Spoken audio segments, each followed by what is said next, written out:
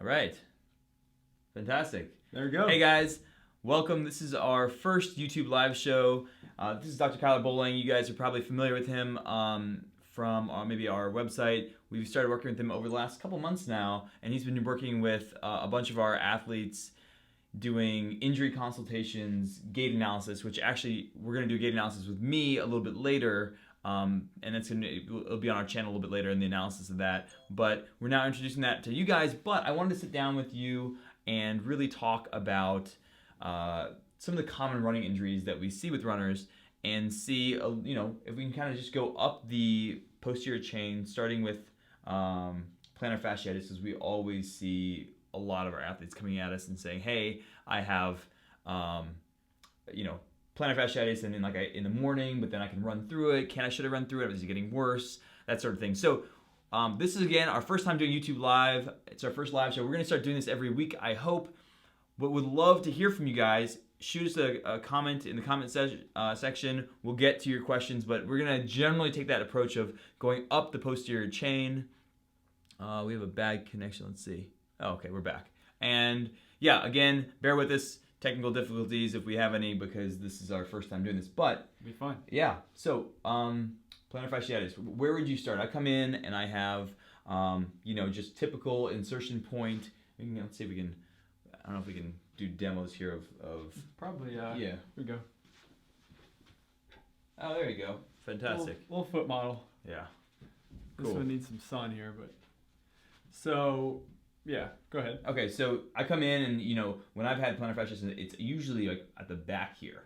I'm feeling like I wake up in the morning and like I get out of bed like, oh, and then it like works off if it's in the light plantar fasciitis. Plantar fasciitis light is, I can work it off, and then I start running, it warms up and I'm okay, but then I come back home, bad news bears. Yeah, right back at you.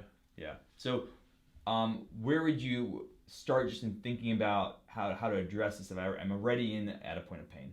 Well, so this is one that's especially frustrating, because a lot of people, they get this type of pain you're describing. You go online, you Google it. I have foot pain. I think it's plantar fasciitis, and you see 1,000 different articles with 1,000 different solutions that are claiming to be the cure for plantar fasciitis. Right. And that's the thing, where each plantar fasciitis case is its own unique type of case, meaning there's not a one size fits all. So I always like to explain to my runners that come in here, think of your musculoskeletal system, think of your body like it's an assembly line, where if one area or one worker stops doing his or her job, another area nearby has to work doubly as hard, and that's when you get these overuse injuries. I love that. Just this kind of analogy. I love this idea of, it's an assembly line, so everything is connected, right? There's a break, there's a weak point here, but where the weak point is might not be where the problem shows up. Right. Interesting. Okay. Right. So the two most common areas that cause plantar fasciitis, one would be that the calves get tight or the soleus gets tight. Those are the muscles in the back of the leg. If trying to solve it that way, you're not getting anywhere after a week or so, then there's usually something else going on with stability of your foot, whether it's the small muscles on your foot aren't firing. You might be an alignment issue with the foot. Could be shoes. Gotcha. And that's where having it evaluated usually comes in pretty handy. Okay. Which is partly what you've been doing with our athletes, if that's the problem. Yeah. So evaluation's interesting. So tell me a little bit more. If you said it was a gastroc, if it was a problem with the gastroc, what would be something you do to, what was that first approach? You're stretching and strengthening, rolling. Stretching and strengthening, but even that, we just kind of travel up that kinetic chain. Say you have plantar fasciitis, it's caused from a calf being tight, then we want to figure out why the calf's tight. Right. Fair amount of the time, it's that your glutes aren't firing when you're running. And going back to that example, one area stops working, another area has to work harder. Right. So that would be glutes aren't working, calves tighten up, and then on down the line to that plantar fascia. So the glutes aren't working, which is part of my posterior chain. Then kind of like traveling downwards, my calves can get tight, but I don't actually know what the real reason is behind that. Maybe I have lower leg pain, but then eventually where the symptom comes out is in my plantar fascia. Right. Okay. Right. Interesting. And so if somebody's dealing with plantar fascia, what are some of the areas that they can do in terms of self-assessment as a first step before they come to see somebody like you? So the first thing would be evaluating, all right, is this something I can run through, or is this something that I need to stop immediately for, because this is going to get worse? Right. The two rules I like to go by that I usually recommend to people, one would be if you're running along and you're having to change consciously change your gait or alter your mechanics because Right. of pain, Yep. good chance you need to stop because you're going to turn one injury into about 10 with that Sure. overcompensation. Sure. If the pain's getting above like a 4 or 5 on the pain scale while you're running, Yep. it's usually a sign that, hey, things are moving in the wrong direction, so you need to shut down the engines and cross-train for a little bit. What is the pain scale 1 through 10 is like insufferable, like there's no way I can deal with this. 1 is it's a little annoying. Right. Okay. Right. 10 is I'm dying. Take Okay, me so to 4 hospital. would be like lots of pain, but it's not stopping me from moving yet. Right. Okay. Right. If it's significant, but not to where, like I said, you're altering your form and it's not just Okay. absolutely driving you crazy throughout the run. Sure. Okay, so first thing is figuring out, can I run through this or not? Mm-hmm. Right? Is it changing my gait? What's the next step? If they come home from a run, they're like, okay, it's a little sore, hasn't turned into a full-blown problem yet, doesn't feel like I need to book an appointment with you as yet, I just need to kind of work it out. I still want to run tomorrow. Right. Yeah. So hopefully, if you've been listening to your TRE coaches, you have your trusty foam roller lacrosse ball handy. Yep. So the first thing I would say is do 10 to 14 days of just mobility work where you're working the calf, you're working the gastroc, you're Yep. working the bottom of the foot where it hurts Yep. with a foam roller or lacrosse ball. And if at the end of that time you're not moving in the right direction, that's where it would be time to maybe get another. And the thing that we always say with that one is, and I'm using my hand as a foot here, but don't just roll with the plantar fascia to roll. There you go. This is it. Roll going across, kind of like you're strumming guitar strings. And then part of it also is we always tell people to work a little bit upstream and downstream from the problem. Something we got from Dr. Kelly Starrett, which is, if you have pain here, just drilling into the pain, if you're a little bit masochistic, maybe that's what you like to do, but it's not really doing all of the goodness that you can perform with just a simple thing like a lacrosse ball. Working a little bit into the lower calf, Achilles area, and the top end. You really kind of want the areas surrounding the pain point, something you want to address. Yeah, absolutely. Yeah. Okay. So first step, can I run or not? Second step is can I do a little bit of self work, Mm-hmm. right? And now it's not how long would you be spending on that for doing it for 2 weeks? How long would you be spending each time? Like come home at night, watch TV, Game of Thrones, Game of Thrones, whatever. Yeah, whatever flavor is. What's coming up today? The House of Cards will be out pretty soon. Is it really? Yeah. Oh, that's exciting. Exciting times. Big House of Cards fan. Yeah. But yeah, you probably do 2 to 3 times a day. You don't want to spend more than 5 or 6 minutes doing it because Right. you can overdo it, Right. especially if you're in acute pain. But just kind of stay on it throughout the day. I'd say Sure. 2 to 3 times. Okay. Taking your lacrosse ball with you to work, roll it out, take your shoe off, that sort of thing. And definitely that east to west. Yes. Going with the muscle fibers Yes. is good, but then going cross-sectionally across. And we have had this in so many of our videos now about how to foam roll more effectively. You can look it up on our YouTube channel. Lots of videos on that. Mm-hmm. Okay, so that's Achilles. One of the things that we always find is that, like Kyle was saying with the assembly line, when one part of the kinetic chain is being affected, a lot of times it is affecting another part. So we kind of just want to move up and talk a little bit more about plantar fasciitis. You said it was very similar to Achilles pain. Is that what you're saying? Mm-hmm. So what if I have lower leg pain? I have lower I actually dealt with this for a while. I don't know if you guys can see this, but I had if I move over here, maybe not.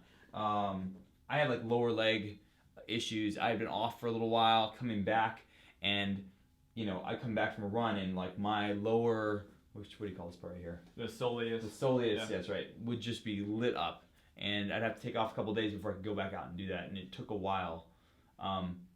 If I'm dealing with lower leg pain, meaning like shin splint slash, what's your first point of protocol?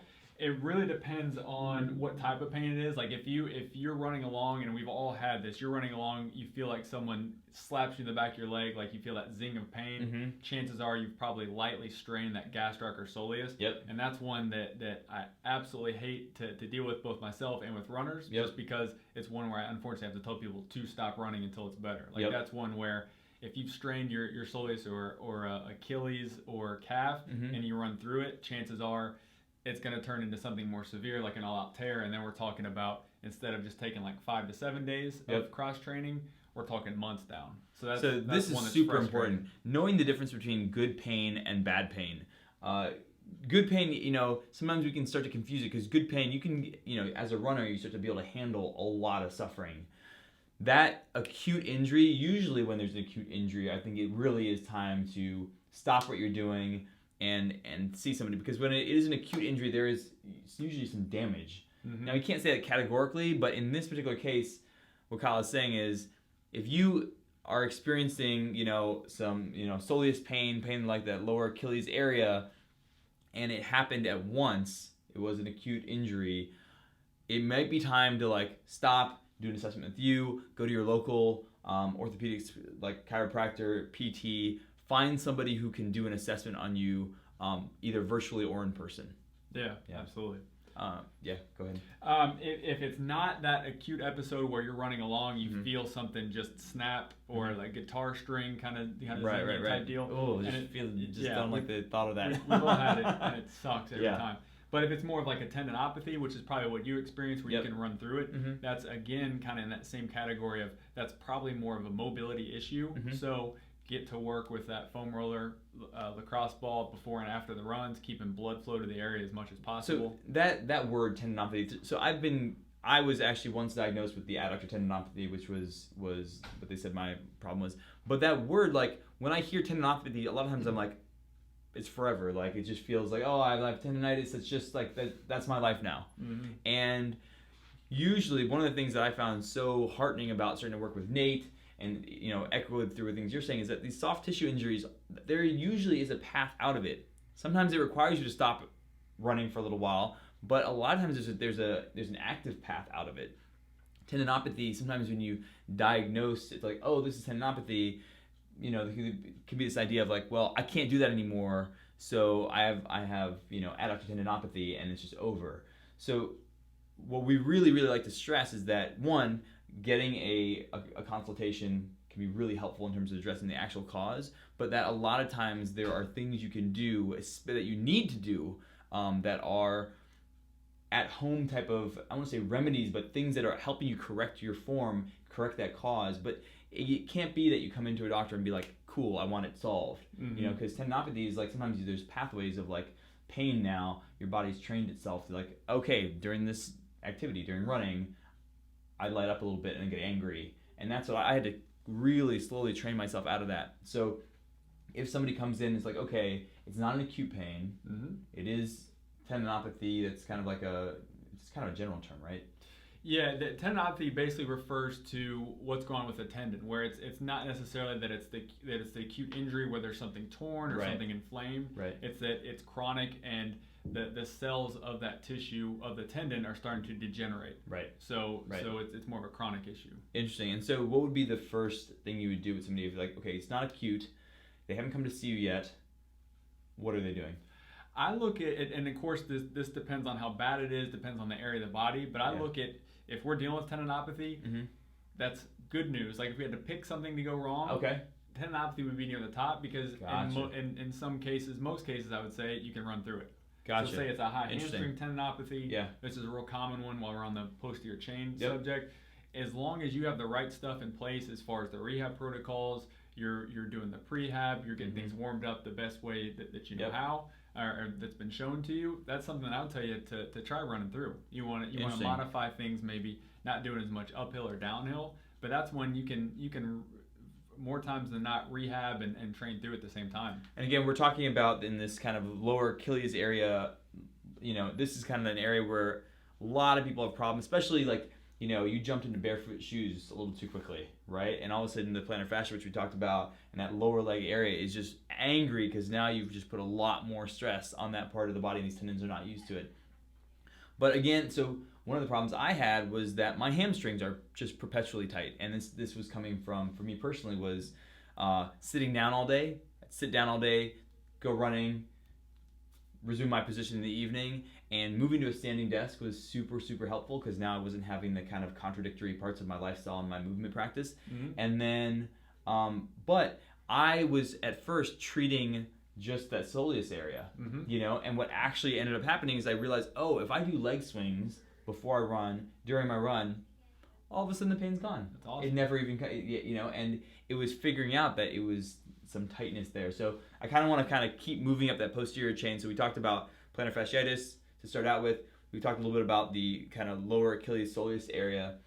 Hamstring pain. We hear this all the time from our runners, right? Mm-hmm. I'm dealing with really tight hamstrings or dealing with really like acute hamstring pain. Where would be the first thing, and I bet you this was the case with you. Mm-hmm.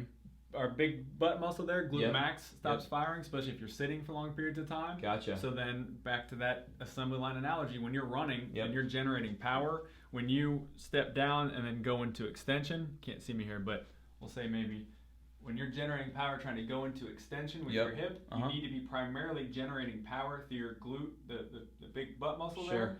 A lot of times if that's deactivated, then when you're trying to generate that power, you're not getting anything from glute max and you're going straight for hamstring and calf. Interesting. And that's when we get hurt. So when you're doing your Yeah. leg swings, you're probably turning that muscle on after being shut off throughout the day. Gotcha. And then that evenly divided up that work. So sometimes the hamstring pain can come from the fact that you're not activating the muscles around it, in this case the glute, and so I'm experiencing pain in like kind of the next port, next place that the stress is going, and I'm getting overworked and it's tightening up. Is that what you're saying? Exactly. Okay, gotcha. A lot of people, myself included, will get some issues with hamstring cramping during the later stages of a marathon. Gotcha. And if you do gait analysis during that part of the race, that's Yep. when you start kind of breaking down as far as form goes. Sure. Your stride length decreases, everything kind of collapses in. Okay. And that's when the hamstrings will cramp up. This kind of idea, which we really try to hammer home, the idea that all these pieces are connected, and your form at mile 1 is going to be different than your form at mile 24, and that is a lot of where we work on strength and form, so that when you do start to get tired, your first place is that you're not breaking down at mile 12 right here, and you can start to remind yourself, okay, coming back to where I was before. We talked about it during a race, actually, the cadence on downhills, that sort of thing. So focusing on form, not just as a I got my stride analysis done or I think about it in the first couple minutes of my warm up, but really it's a constant thing, and also thinking about your body as a connected system. Mm-hmm. That as you get tired, there are going to be weak parts and stronger parts. Yeah, and that's, I think overall that's kind of and this is why the TRE is so great. A fundamental error with when we get started with running, whether it's when we're in grade school, high school, post-college, college, whatever, is that Yep. the people we work with tell us to just kind of go out there and run, and that there's no specific way to do it, and that just kind of run how you feel. Yep. Could you imagine doing that playing golf? That your coach tells you to go out on the green and just kind of swing how you feel, just keep going. or tennis or anything like that. Totally. Running absolutely needs to have some of those same principles. Yeah. So that's what we're here to do. So we kind of just went up the chain. I want to just kind of close out our conversation on this. A lot of these things, what we teach you with all of our videos, all of our programs, incorporate strength and mobility, because we really believe that you need to build up a body in order to be able to earn that mileage. So if you're going to move from being a 5K recreational runner to somebody who does half marathons and marathons, it's not just a matter of your will. I mean, we know you guys, because we're runners ourselves, we know that you can grind. We know that it's not a problem with your motivation a lot of times. It's a problem with, are you really understanding the system that you're at? You're asking a lot of your body, are you giving it the care and attention it needs? Mm-hmm. So we try to do a lot of work to help you self-assess and on your movement. We give you a lot of diagnostic tools in our programs. And if you're in our training club or if you've done any of our programs, you see that we incorporate that as part of it. It is the key part. It's the thing that actually differentiates us from all the other running programs out there, is that we really, really focus on strength, mobility, and form. Here's the thing. Sometimes, as Nate likes to say, I'm going to say this because he's not here, when the car crashes, if you have an acute problem, hopefully he's watching. When the car crashes, you have an acute problem, then it's time to actually get some specific help, some specific solutions. So we're super happy to work with Kyle now. We can finally offer this, which is, if you go to, I don't have the link up here because I'm not sure how to do that right now, but if you go and check out our site, therunexperience.com, there's a training plan section, and you can actually go and sign up for an injury consultation if you're injured. And if I'm actually going to do a gait analysis right after this, and you can basically do a gait analysis through video. So tell us how does that work? Basically, you sign up for the appointment, you pick out the time that works for you, and tell me how to contact you, whether it's Skype or FaceTime. Yep. And then we get to that time and start the appointment. We've got a lot of good work done so far. We've probably done 40 or 50 of them. Yeah. And I would say each appointment we've had, we've got some really good questions answered and work done to get people back on the road quicker than they normally would have. Totally. I mean, Nate and I deal with stuff all day long, and I still am getting a lot of knowledge just sitting here with you in your office. So a lot of times the questions that we've gotten are like, well, what can we really do if we're not face to face? So how does that go? What can I expect if I was to do a Skype session with you? Well, the questions that I have for you and what we can get done, it's extremely specific to runners. Mm-hmm. So that would be the first thing I'd say is, there's been a couple of people that have been misdiagnosed with stress fractures that if you go through that specific line of questioning for runners, is it hurting at this time? Is it not hurting at that time? Right. You can actually help with that diagnosis to make it a little bit more accurate. Interesting. Aside from that, I can create some very specific exercise prescriptions that are geared more towards running mechanics and the type of running injury that they have. Yep. So it's it might not sound like you can do a whole lot over Skype, but we really can. It's exciting. Yeah, and sometimes this will be a replacement for seeing your primary care doctor in your city. Sometimes it'll be a stepping stone, be like, okay, we tried and we eliminated these 3 things. I know that you've had a couple patients that were exactly that case. Like, we eliminated all these things that we thought it was. Now we can kind of move into it and give them exercises and then come back and say, okay, now you've been working on this for 3-4 weeks. Kyle has this interesting protocol afterwards where he sends you an email and there's videos on each of the movements with a prescription of to do this 3 or 4 times a way, and you can actually log on that site. You can actually log all of your workouts and then come back and do another session. Where are we? Yeah, and that's to your point. That's something I can help with too. Where say we set up an appointment, someone's having foot pain. A lot of times you have that injury, you're not sure where to go in your whatever town you're living in. You don't know whether to go primary care, orthopedist, podiatrist, chiropractor, PT, whatever. Yep. I can kind of help streamline you in that direction too to help get you in the right hands. If it's nothing we can't do over Skype or FaceTime. Awesome. So this is for the injury consultation side. Then tell us about the gait analysis, which I'm going to do here in a minute. So that's something that I'm really excited about too, and that's been a game changer integrating this into the office. So that's something else we can do over Skype or FaceTime, where you send me videos of running. You kind of give me a general idea of what's going on as far as, are you looking for injury prevention, injury treatment, getting more efficient with your running? Right. And then you send me the videos.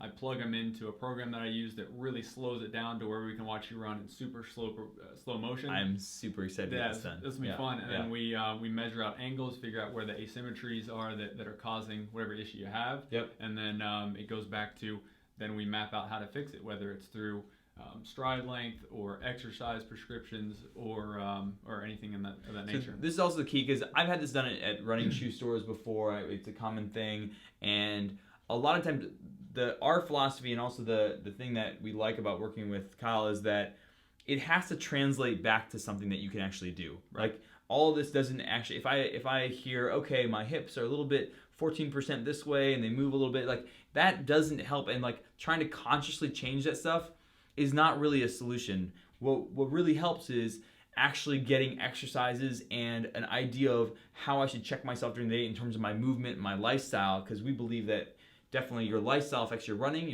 affects your lifestyle. It is not a separate thing. So if you're sitting down all day, maybe you don't have a choice, but that is going to affect how you move and how you run. So once you get the analysis of okay, now we know how you're moving while you're running, the really, really important part is to get a practical guide to how do I address these problems? How do I address these kind of maybe mistakes in my movement and in my biomechanic efficiencies? Yeah, and it really helps us remove the speculation of what's going on. It says, say you have knee pain, we're like, all right, well, maybe it's this, maybe it's that. This helps us get right to the point very quickly to say this is what it's coming from while you're running. Yep.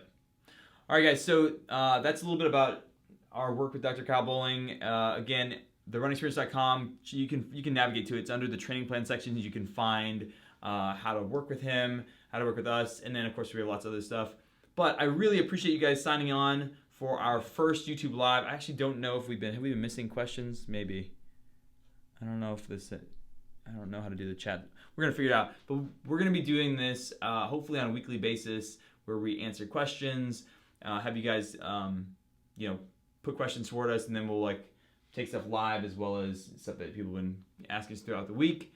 And if you have anything that we want to kind of just create a continuous flow of information so we know what we can do to help you guys out, Kyle just ran the Boston Marathon, which I hope you guys saw our video of, and we got to see him. Nate and I were both there. We got to just kind of experience that whole thing, and it was really, really great to meet so many of you guys, and then realize like, wow, there are so many angles to this that we can continuously evolve what the run experience is about to help them in different ways. Working with you is obviously a huge part about that. So, thanks so much for you guys signing in.